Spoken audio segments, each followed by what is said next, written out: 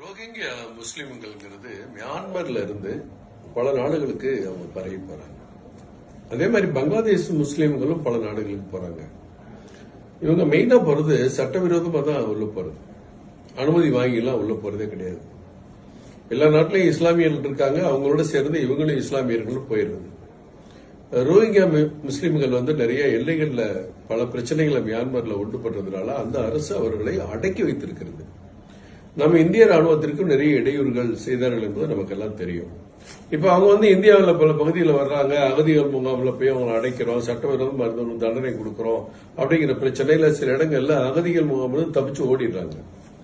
உச்சநீதிமன்றத்தில் போய் இதுக்காக சில பேர் இவங்களுக்கெல்லாம் நாட்டில் இருக்கிற பிரிவினைவாத சக்திகளோட தொடர்புல இருக்கிறவங்க, இவங்களுக்கெல்லாம் நாங்கள் நன்மை செய்யறோம், மனித நேயத்தோட நாங்கள் உதவி பண்ற நோக்கத்தில் கேஸ் போடுறாங்க. இவங்களுக்கெல்லாம் என்ன பாதுகாப்பு, அவங்கள மீட்டு தரணும், காணாம போனவங்களை தேடி கண்டுபிடிக்கணும் அப்படின்னு ஒரு கேஸுங்க. ரொம்ப நாட்டுக்கு முக்கியமான கேஸ் பாருங்க. இந்த மாதிரி வெட்டி வேலை செய்யறதுக்குன்னு சில பேர் இருக்காங்க. அதுக்கு உச்சநீதிமன்ற நீதிபதி அவர் சொன்ன கருத்தை மட்டும் நான் இப்ப உங்களுக்கு இதை வாசிக்கணும், முக்கியமா நம்ம எல்லாம் தெரிஞ்சுக்கணும்.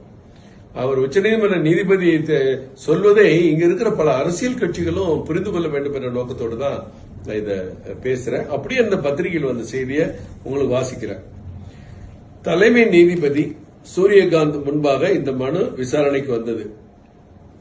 அப்போது அவர் எழுப்பிய கேள்விகள்: சட்டவிரோதமாக நம் நாட்டிற்குள் நுழையும் ரோஹிங்கியா முஸ்லிம்களை, அவர்களுக்கு உணவு உறைவிடம் என்ற உரிமைகளை தற்போது கேட்க ஆரம்பித்து விட்டனர். நம் நாட்டில் உள்ள ஏழை குழந்தைகளுக்கு இந்த சலுகைகள் இல்லையா, இருக்கிறதா? அவர்களுக்கு அந்த சலுகைகள் கிடைக்க சட்ட ரீதியாக போராட்டம் நடத்தியிருக்கிறீர்களா? வட மாநிலங்களில் உள்ள எல்லைகள் வழியாக ஊடுருவல்காரர்கள் மிக எளிதாக நம் நாட்டிற்குள் நுழைந்து விடுகின்றனர்.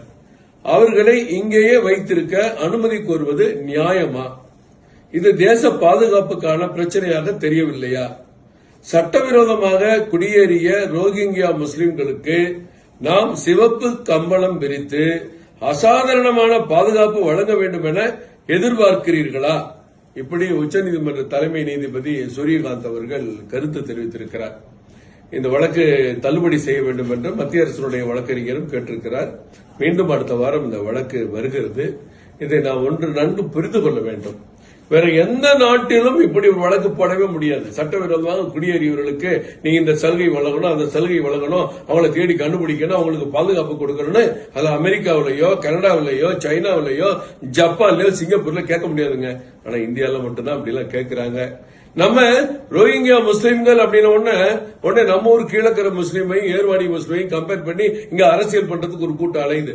நம்ம இஸ்லாமியர்கள் வேற, இவங்க இந்தியர்கள். அவங்க முஸ்லீம்கள் மட்டும் இல்ல, அவங்க இந்தியர்கள்.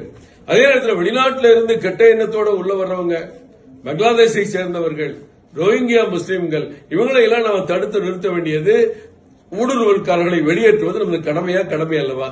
இதை செய்வதற்கு கூட மத்திய அரசுக்கு இடையூறு செய்கிற கட்சிகள் தான் இங்க இருக்கிறது.